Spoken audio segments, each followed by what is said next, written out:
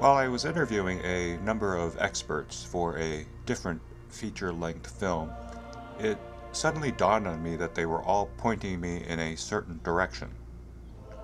Now, my wife insisted I move my film studio out of the bedroom and into my man cave in my basement. This is where many of my interviews were done, a lot over Skype, and some in their offices. Historically, marriage is what I call a comprehensive social institution. Marriage has been treated as a mechanism for, in addition to regulating sex and procreation and property, love. Although in some ways that's a real, in some ways that's a very, very, very modern, I mean that's a super modern invention.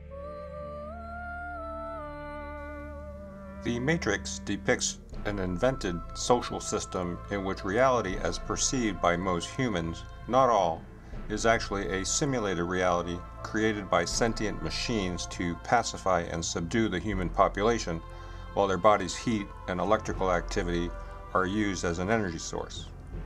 Now, the Matrix gets its power by creating a ubiquitous, unquestioned structure. A normative ideal, there's a vision. And anybody who goes outside of that gets punished. It could be ostracized or outright, thrown in jail. I mean, a range of things. The Matrix was defended by guys in business suits.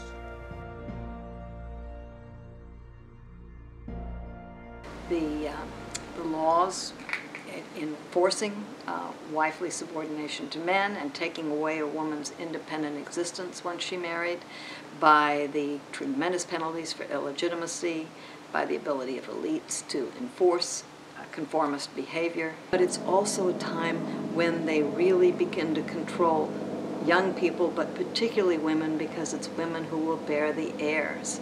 And the way the Greeks put it, you need to ensure that no foreigner will plow your fields. I suspect that monogamy was basically the result of a trade-off whereby men at the top were willing to forego some degree of sexual opportunities in return for men at the bottom not being as troublesome as they would otherwise be. The way monogamy functions in Western society is that it is the best way of organizing families in terms of property, because if you do have property, then lines of inheritance are important. How do they get people in the Matrix? Turns out, I found, the old-fashioned way. Fairy tales, myth-making, and a singular version of morality. It's a very old norm that we have. It's not just Hollywood and Disney that promote that in their fiction, but it's Shakespeare, and it's our whole cultural background is that's how it's supposed to be in the fairy tales, and it gives us a gut feeling too about what's right and what's wrong.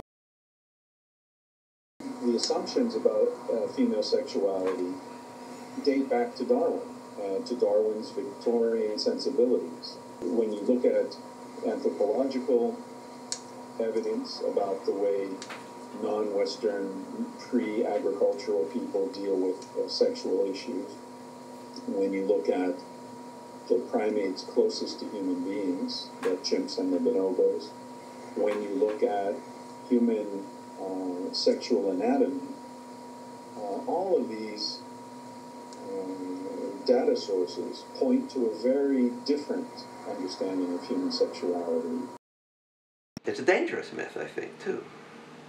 And the reason I think it's dangerous is, like so many myths that are troublesome when they're untrue, this one is particularly troublesome because it causes people to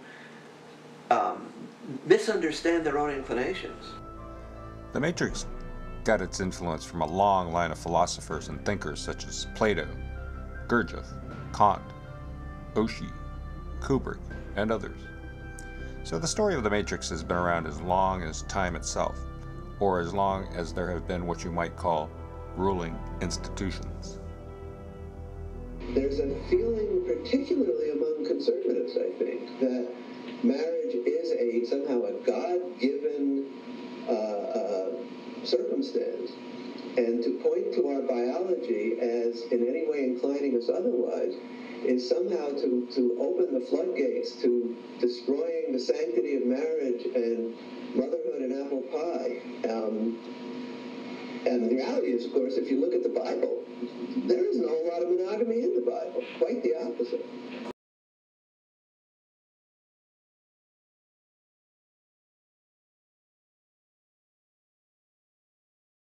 The whole Judeo-Christian story, myth, is rightly or wrongly built on this concept of monogamy. And the whole myth of romantic love is one that has come to be used as a major prop for the consumer culture that we're living in. That means certain things, and what that means is there's going to be a first date, and then there's going to be another date, and then there's going to be the date where you have sex, and then there's going to be the date where you have more sex, and then there's going to be the date when you agree not to have sex with anybody else, and then there's going to be the moving in and the getting married and the having children, and and somewhere in there's the joint mortgage and the joint checking account, and then there's going to be the conjoint grave sites. And having that feeling does not need to mean any of that. In order to hold us in the matrix, they have to keep us ignorant. And how do they do that? Turns out through the lack of education and the lack of presenting alternatives. Many people who get married today don't, as sometimes happened in the past during a little bit more, in some ways, culturally conservative time, don't have access to marriage classes. People are basically disempowered, depressed, isolated. If people were free to create nurturing, sexually exciting relationships, they'd be a lot less involved in consuming. And if people could create larger families, larger households, and share more durable goods, there'd be a lot less consuming. So there's clearly a connection between keeping people sexually disempowered and emotionally unsupported and having them look for happiness by buying things. But the whole culture that we're living in is in a huge transition right now, looking for a new story, which is more life-affirming, which is more honoring of freedom and autonomy. If you really want to get pernicious about it, maybe this lack of education is on purpose. I mean, look who benefits when things fall apart. The next thing you'll know is we'll all be living on our own.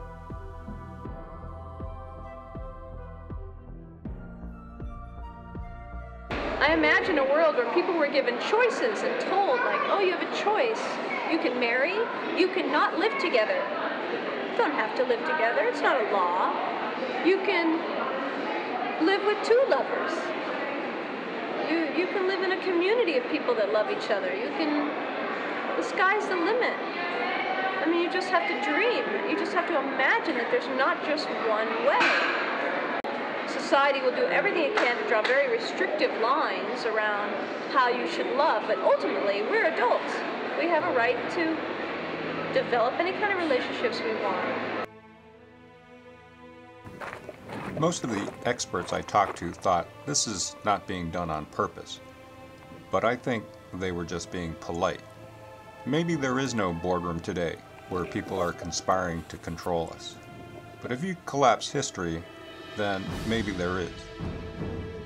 To wrap up, what I found is that there is this actual real-life matrix, unseen by most, where marriage and monogamy is an unnatural, suppressed state of affairs created by the elite to pacify and subdue the human population, while our body's natural sex and love drives are caged, and that caged energy is used to enrich the ruling class.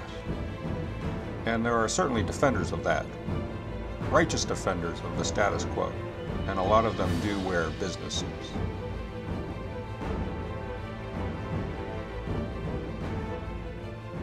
On a personal note, I've discovered that if you are unhappy and then you realize you are in this matrix set up by others, then all of a sudden you have power. You can blame the system. You don't have to blame yourself or your partner.